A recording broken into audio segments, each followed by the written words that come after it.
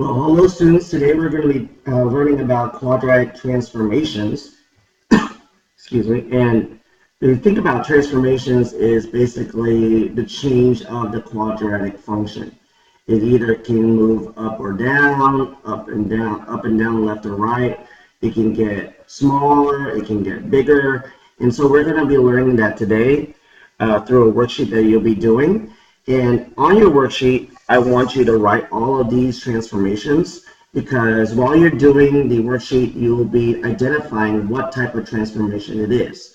So these types of transformations, I want you to write that on either on the top of your worksheet here, anywhere that you have an open space, or if you want to write it in your notebook, that would be great. You're going to put this packet in your notebook after I create it. So the types of transformations, it will either move up or down. This hashtag means units, so we don't know how many units is going up or down. Move left or right, how many units? Reflect over the x-axis. Vertically stretch. Now these two get confused a lot of times with Algebra 1 students. Vertically stretch means it's getting narrow. So if you think about it, if you take your arms and raise it up in the air, that is called vertically stretch. Vertically means going up and down, and you're stretching it so you're like raising it up to the air. So the actual parabola is getting narrow. Vertically compressed means it's getting widened. That means it's doing the opposite. So you think about compressed, it's like it's your arms are getting closer. No, just think about it as a vertically stretched. That means you raise your hands up in the air very close, so you're closing your arms. It's getting narrow. And vertically compressed, that means it gets wider. Another thing you need to understand is how do you know whether it's stretched or compressed? Well, the number next to x squared, the leading coefficient, a, ax squared plus bx plus c, the first number that's next to x squared. If the a is greater than 1, then it's going to be a stretch, vertically stretched, or it gets narrow. If it's compressed, that means from 0 to 1, that means it's going to be a fraction in between, but it has to be greater than 0 and then less than 1, then it's going to be compressed. Last, if you have a negative sign, a negative number, this negative sign means it's going to reflect over the x-axis. So let me give you some example what I mean if we're talking about transformations. And you're going to do that in your packet today. The packet will not be due until the next class period. Y equals x plus 4. X squared plus 4. Well, I noticed that I have a plus 4. If you graph it, that means if I have my parabola, here's my parabola here. If it says plus 4, that means all of the points on the parabola is moving up 4 units. So basically, it's going to be the same shape, but it's moving up 4. And another thing you can take away from this is that the y-intercept here, 4, is changed. Originally, x squared, you have no y-intercept here. But if I have x squared plus 4, the y-intercept is now changed to 4. So that means the whole thing is moving up 4 units.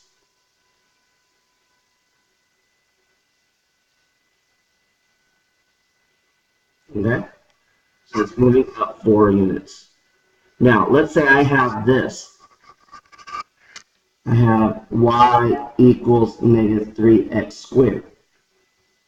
My 2 is kind of funky. So, well, 3, I notice here, it says here, if it is 3, that means my a is greater than 1. So it's going to be a vertical stretch.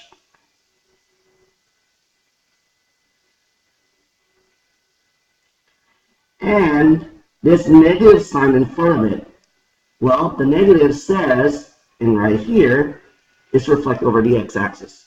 So it's going to reflect over x-axis. Okay. One more. Let's say I have y is equal to x minus 4 squared. Well, this goes back to vertical, going back to the vertex form. Vertex form is y equals a in parentheses x minus h squared plus k. That goes back to that. I have a set of parentheses here. Well, this minus 4 means, I remember from the h, this is my h here, it's going to be the opposite of what it is. And this is going to determine the vertex, but it's also going to determine where it doesn't move. The h in this case is 4. Okay, remember this is the opposite. Whatever this is the opposite. So if this is, my h is 4, that means it's moving to the right 4 units. Let's say I have this, y equals x plus 6 squared. Now, what do you think the transformation will do? Well, I look at my h, it's a plus 6. Well, not really my h. I look at whatever this number here is, it's 6. But my h is going to be negative 6 because I'm doing the opposite. So this one is moving to the left 6 units. So whatever's inside the parentheses, the h is going to be the opposite of whatever is inside the parentheses. And that from there, you see this is a positive number. This is moving it to the right. If it's a negative number, it's going to move it to the left. And I'm pertaining to the h, not this, whatever's inside the parentheses. Okay, let's do one more. Let's say I have y is equal to x minus 2 squared. And I'm going to put a negative in front of it. What do you think this will do? Well, I notice I have a number inside the parentheses. It's negative 2, but my h is going to be 2. And I have a negative sign here. So if h is 2, that means it's going to move to where? It's going to move to the left or to the right?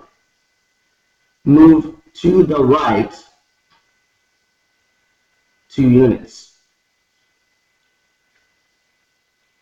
And then this negative sign means it's going to reflect